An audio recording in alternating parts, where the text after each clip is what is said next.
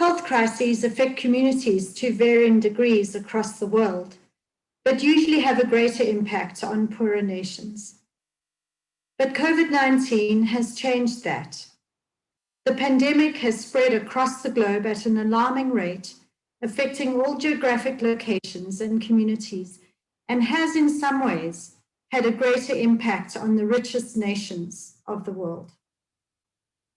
I live in the epicenter of the HIV pandemic, KwaZulu-Natal, South Africa, and I will draw on my activist, academic, and ministry experience of HIV to engage the new theological challenges of COVID.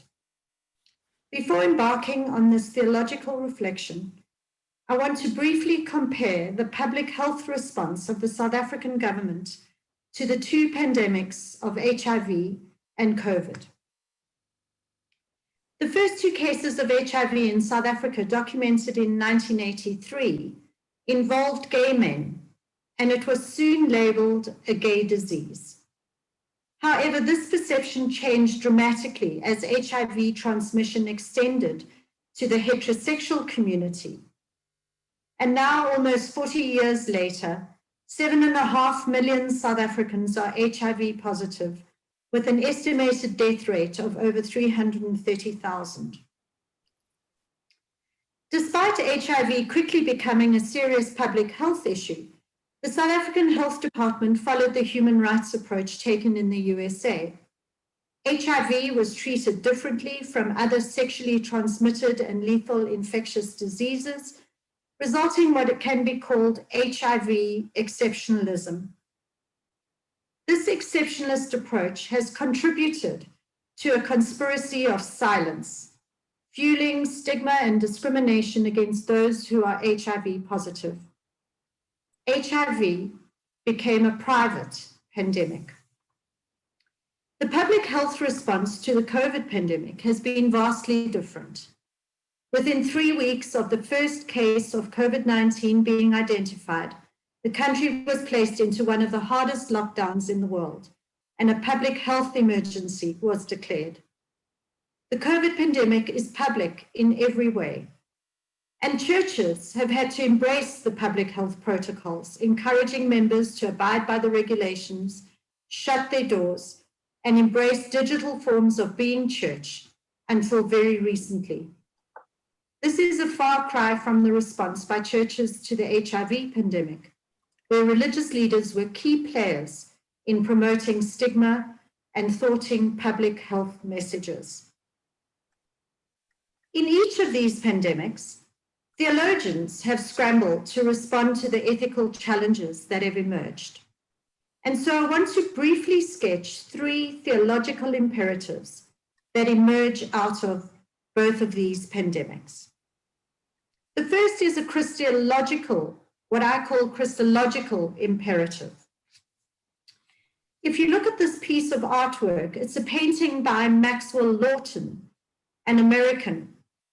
It was created in 1993 as a reflection of his own experience of having AIDS and the meaning for him of Christ amidst his own suffering.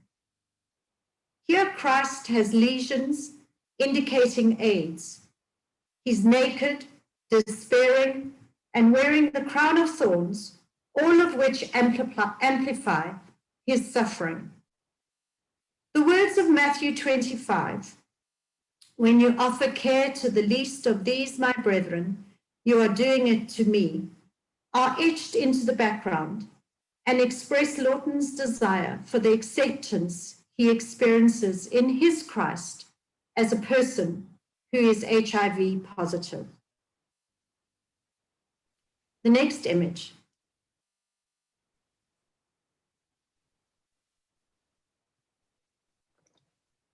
Can we have the next image, please?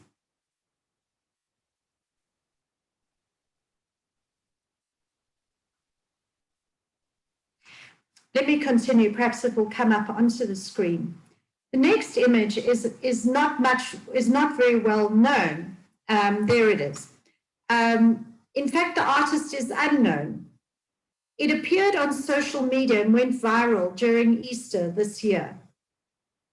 And here we see the contemporary Christ, who offers us a picture that is very familiar to us, complete with ventilator, oxygen mask, and drips. The bystanders are medical staff dressed in personal protective equipment, one with their hands on their head, suggesting that the patient, Jesus, is dying. The power of this artistic representation, set in the contemporary context of the COVID pandemic, is how it evokes our immediate identification with the Christ who suffers, the one who understands and vicariously takes on the anxiety of those of us who fear death caused by the virus. While there was an outrage on social media in both cases at these so-called heretical portrayals of Christ, I want to argue that these artistic portrayals stand over against a dominant theology of retribution, and they offer us a different view of God. Retribution theology coalesces with cultural notions of illness in our context, where illness is a sign that you have displeased the ancestors and are ill because you have done something wrong. Theologies of retribution have resulted in stigma and discrimination during the HIV pandemic, and no doubt now in the COVID pandemic. Just as prophetic theological challenges have had to break through the silent public stigmatizing discourse of HIV, so too do we need this in the COVID pandemic. The second theological imperative that I want to address is what I've called ecclesiological. As indicated earlier, because of the overt public health discourse and government regulations curtailing public worship, church leaders had to scramble to find other ways of being church, mostly digitally. But can our churches use this opportunity to reject destructive church theology and find new life-giving approaches to being church? This has not been the case during the critical moments of the HIV pandemic. While I've yet to conduct sustained research, I have been noting approaches taken by the various church leaders in my own Anglican denomination to the COVID pandemic. I have tracked the weekly sermons and pastoral approaches in two congregations known to me.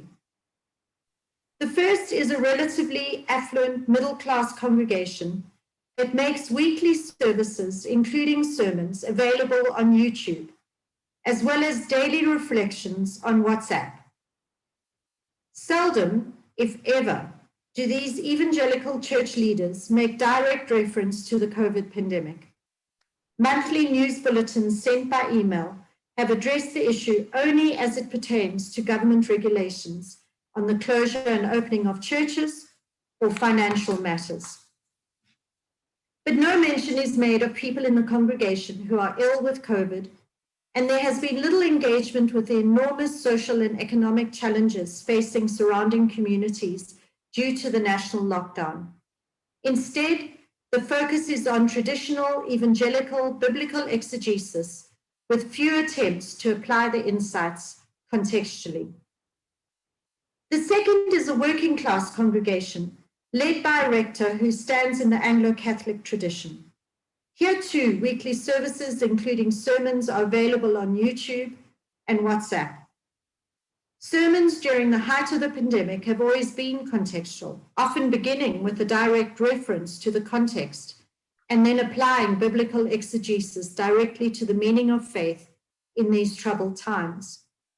In addition, the rector of the congregation has produced a separate weekly notice bulletin on YouTube in which the ongoing pastoral and outreach life of the congregation is addressed.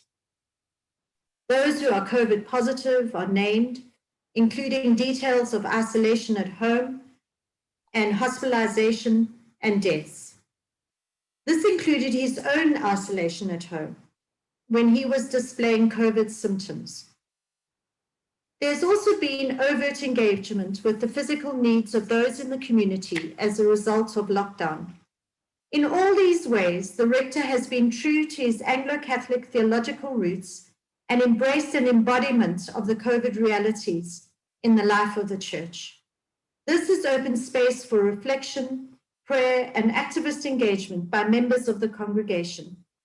There can be no doubt that COVID stigma has been limited by the integration and embracing of the public discourse, enabling new ways of being church to emerge. The third theological imperative is missiological. How we view our work in the world as people of faith depends substantially on the way we do theology. Traditional theology places emphasis on personal moral sin. This was literally deadly in the context of the HIV pandemic, where individuals were blamed for their HIV positive status without any recognition of the structural dimensions of the pandemic. Yet issues of gender, race, sexual orientation, and class rendered some more vulnerable to HIV than others. Emphasizing individual morality further marginalized particular groups of people, leading to greater HIV risk and a conspiracy of silence that led to death. Addressing these structural dimensions was critical to curbing the pandemic, and our theological analysis of the public health issue had to critically engage and intersect insights offered by the social sciences.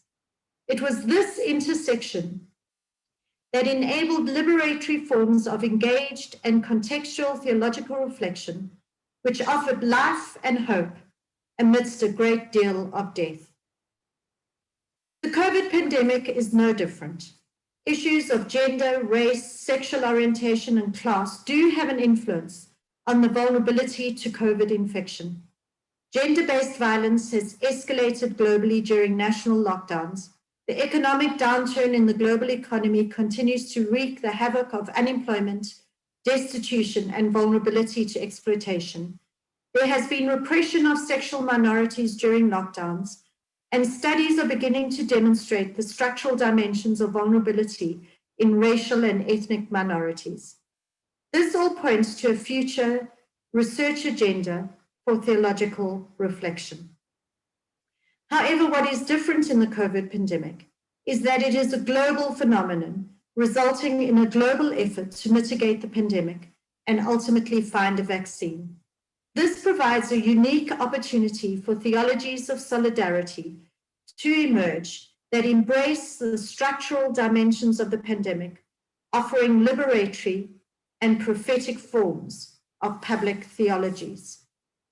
And so as I conclude, I want to suggest that the COVID pandemic offers the opportunity for activist intellectuals to infiltrate the corridors of traditional church theology and provide creative ways of understanding the nature of God, of becoming a church stripped of patriarchal and institutional power, and of moving forward in acts of solidarity that bring hope and life amidst the threat of darkness. Thank you.